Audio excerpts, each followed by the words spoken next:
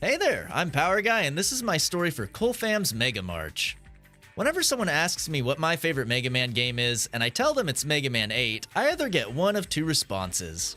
The first is they start vomiting uncontrollably, which is rude, but I mean, everyone's entitled to their own opinion. Or I find one of my people, someone who is captured by the whimsy of classic Mega Man's first 32-bit title. The anime cutscenes, the voice acting, the soundtrack. Mega Man 8 is unlike any other Mega Man game, and for some people that's a point of contention. They say the slide is goofy, the stage select being split is limiting, the voice acting is bad. But to me, all of those things and the fact that they were experimenting and trying something new puts Mega Man 8 far ahead of the other games in the franchise. I've always been salty that those changes didn't stick. I imagine an alternate universe where Mega Man 9 is in 8 style, but with all of the clunkiness removed so the gameplay flows nicely. Anyway, I've gushed about the game itself enough. I just wanted to give some context before I talk about my fondest memory with it. Back as a kid, I loved playing the game, but I was never good enough to actually beat it. I truly believe the jump jump slide slide segment in Wily's first stage was literally impossible. So I just had as much fun playing the 8 stages as I could. And I also had fun not playing the game.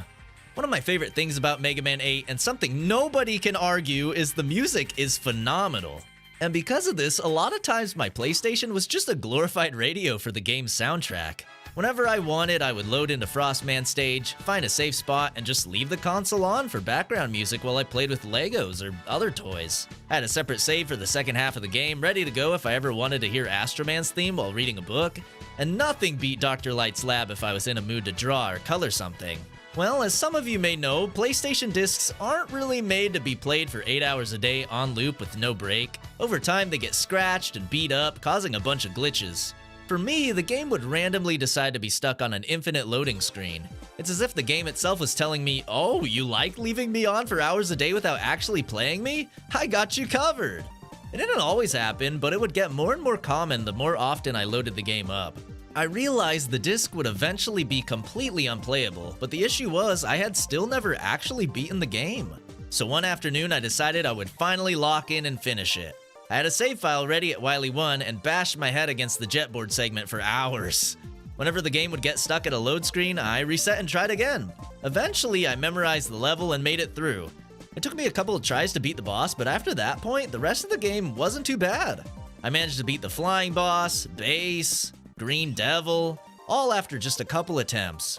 Anytime I got a game over though, sometimes I'd get an infinite load screen. It was a coin flip, and it was becoming more and more frequent as we got closer to the end.